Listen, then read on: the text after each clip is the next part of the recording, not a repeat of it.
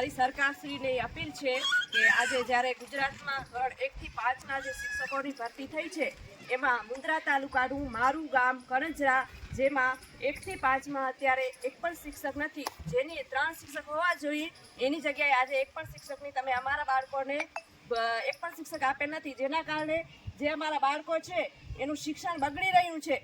જો અમે સરકારને અપીલ કરીએ છીએ કે જ્યાં સુધી અમને એક પણ શિક્ષક નહીં આપો ત્યાં સુધી અમે અમારા બાળકોને શાળામાં મોકલશું નહીં। અમારા બાળકો ખાલી અહીંયા ચોપડા ખણી અને ભાવ સાથે અહીંયા ભણતર લેવા આવશે નહીં, ખાલી શું અહીંયા આવી અને ચોપડા લઈ આવે અને ખાલી ખાડા પાછા હાલ્યા જાય। જ્યાં સુધી અમારા બાળકોને શિક્ષક નહીં મળે ત્યાં સુધી અમે અમારા બાળકોને શાળાએ મોકલશું નહીં। તો સરકારશ્રીને અમારી બને એટલી જલ્દીથી જલ્દી અમને શિક્ષકો આપે અને અમારા બાળકોનું જે શિક્ષણ બગડે છે એના ઉપર ધ્યાન આપે। ધન્યવાદ। આ મુદ્દો ખરેખર સરકારશ્રીને તથા જે પણ અધિકારીઓને પોતાના મનમાં લીધા જ હોય। હાલમાં અમારી પાસે શિક્ષક કાયમી કોઈ નથી, પણ સર્વ સેવા સંઘ ભુજ જીગરભાઈ તરફથી જે હાલમાં 4 શિક્ષક આપવામાં આવ્યા છે એ કાયમી નથી, એ ક્યારે પણ છૂટા થઈ શકે।